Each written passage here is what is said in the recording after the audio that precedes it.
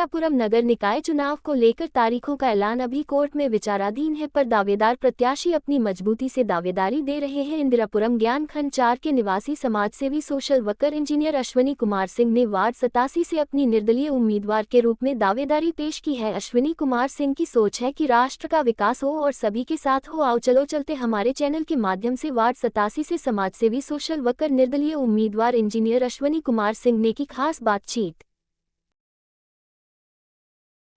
सिंह साहब, आप कौन से वार्ड से अपने प्रत्याशी के रूप में दावेदारी पेश कर रहे हो और क्या आपका उद्देश्य है, क्योंकि आप काफ़ी चीज़ें देखी भी हैं।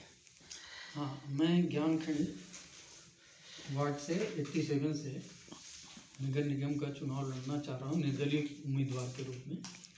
निर्दलीय उम्मीदवार के रूप में इलेक्शन लड़ने का कारण ये है कि आज पार्टियां जो हैं छोटे स्तर पे भी पार्टी स्तर पे एक इलेक्शन लड़ रही हैं और पार्टियां एक विचारधारा के संगठन होते हैं, जिससे मोहल्लों में और समाज में आपस में भाईचारे में थोड़ी भावनाओं में अंतर आता है और दुश्मनी फैलती है। मैं इसीलिए चाहता हूं कि कोई भी पार्टी इस लेवल पे, बहुत छोटे लेवल पे इलेक्शन जो है अपने सिंबल पर न लड़ाए और निर्दलीय के रूप में लड़े और लोगों की काबिलियत के ऊपर इलेक्शन हो और लोग वोट दें, और जिससे वहाँ पे आपसी भाईचारे की जो मूल ज़रूरत है वो मेंटेन रहे और लोगों में कायम रहे।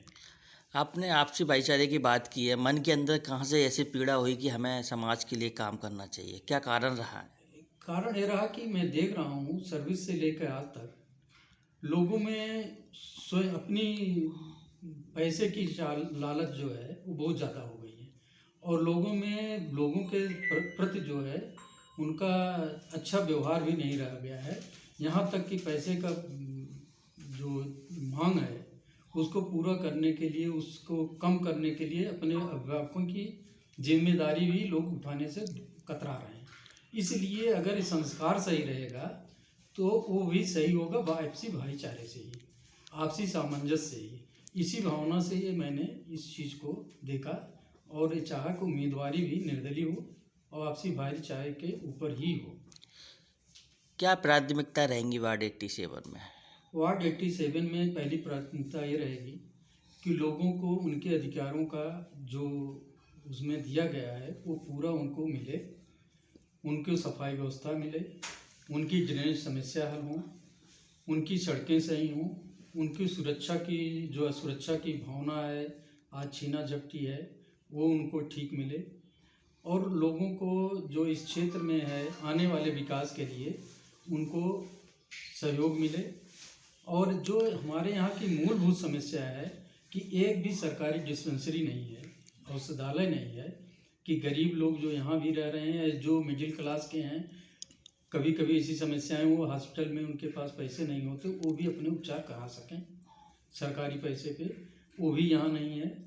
और गरीब बच्चों के लिए स्कूल जो है इंटर के बाद भी नहीं है, वो कोई कॉलेज यहाँ होना चाहिए। इतनी बड़ी 3-4 कॉलोनियों की ये एरिया है ट्रांसजेंडर, यहाँ कोई व्यवस्था नहीं है।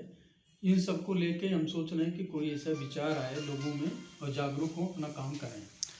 तो आपको अगर जनता मौका दे दिया, आप निर्दलीय प्रत्याशी के रूप में अपनी दावेदारी कर रहे हैं, तो जनता की आवाज़ कहाँ तक आप उठाएंगे अपने वार्ड से? देखिए, आवाज़ तो जनता ही होती है और जनता जब हमको देगी अपनी आवाज़ तो हम आगे इसको बहुत दूर तक ले जाएंगे। उसके साधन भी हैं और अधिकारी और संबंधित विभाग जब सही फोरम से सही तरीके से आवाज़ उठाई जाती है उसको दबाया नहीं जा सकता, उस पर कार्रवाइयाँ होती हैं और टाइम भले लगता हो। तो ये चीज़ जो है मैं बड़ी शक्ति के साथ, बड़े दम के साथ उठाऊंगा, जिससे वो आवाज़ ऊपर तक जाए। अगर सरकार की स्कीम है तो वो लागू हो प्रॉपर तरीके से और लोगों को उनका हक मिले। ये तभी उठाया जा सकता है जब उठाने की आपको पता हो कि कैसे उठाएंगे, किस फोरम पर उठाएंगे। अगर यही नहीं पता होगा तो आप करेंगे क्या? तो वो चीज़ें होनी ज़रूरी है और लोगों में ये अवेयरनेस लानी है।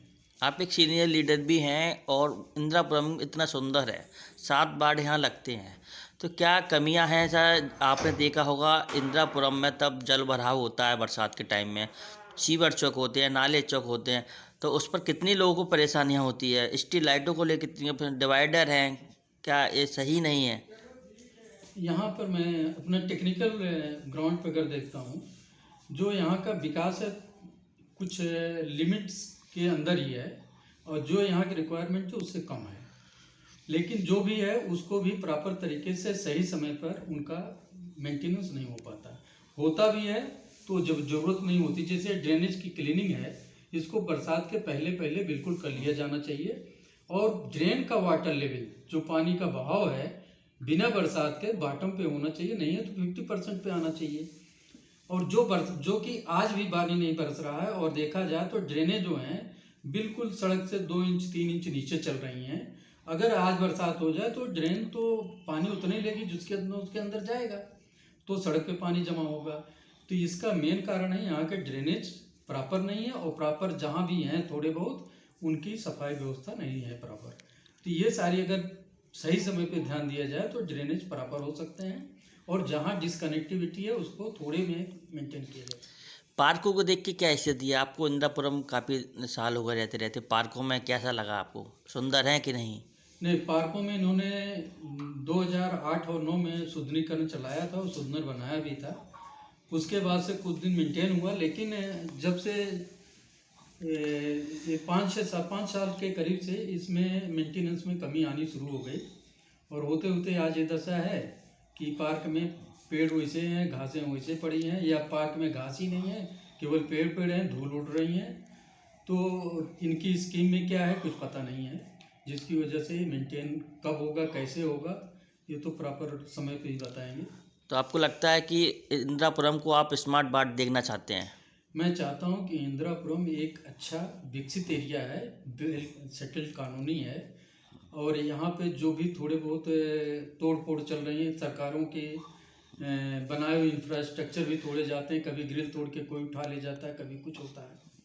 ये सब पे पुलिस प्रशासन भी ध्यान दे, पब्लिक भी ध्यान दे, और यहाँ के जनप्रतिनिधि भी ध्यान देते तो ये समस्या न आती। लेकिन अगर मुझे मौका मिलेगा तो मैं लोगों का अवेयर करूँगा कि अपने पास की चीज़ों पे, सरकारी संपत्ति पे खुद उनका हक है और उसकी देखभाल करें, उसको देखें कौन डैमेज कर रहा, और शासन को बताएं। ये अवेयरनेस से और लोगों के सहयोग से बहुत अच्छी कॉलोनी बन सकती है। शासन तो इनके इशारों पे चलता है जनता के, ये शासन जो है जनता के इशारों पे चलता है, विकास भी जनता के इशारों पे होता है, बशर्ते जनता जागरूक हो, अपने जागरूक कार्य करता है। देखिए, मैं लोगों के पास गया, करीब 3000 लोगों से मिला। लोगों में उतनी जागरूकता नहीं है, लेकिन 30% लोगों ने हमें काफ़ी प्रोत्साहित किया, और बाकी लोग न्यूट्रल हैं और मीडियम इनकम ग्रुप के लोग हैं, जो अपने दैनिक दिनचर्या में काफ़ी व्यस्त रहते हैं, उनके पास समय भी नहीं होता। तो ऐसे समाज के लिए जनप्रतिनिधि अगर सही हो, जागरूक हो, तो उनको परेशानी नहीं झेलनी पड़ेगी और वो अपने काम को घर बैठे करा सकेंगे। इसलिए मैं सोचता हूँ कि ये अगर मैं उनको कह रहा हूँ, उनको बता रहा हूँ, तो लोग मुझे समर्थन जरूर देंगे, अगर उनके अंदर मेरे ऊपर विश्वास होगा तो। आप किसी का विरोध नहीं कर रहे हैं? नहीं, मुझसे किसी का विरोध नहीं है। मैं विरोध में या लड़ाई झगड़े में मैं विश्वास ही नहीं करता। मैं तो चाहता हूँ सारे लोग भाईचारे और सामंजस्य से अच्छे माहौल में रहें, और अपने बच्चों को अच्छी परवरिश, अच्छा माहौल दें, और वो देश के लिए एक अच्छी एसेट बने। मैं इस विचारधारा से लोगों के बीच में जा रहा हूँ। लोग इसको सम्मान देंगे और मुझे सपोर्ट करेंगे।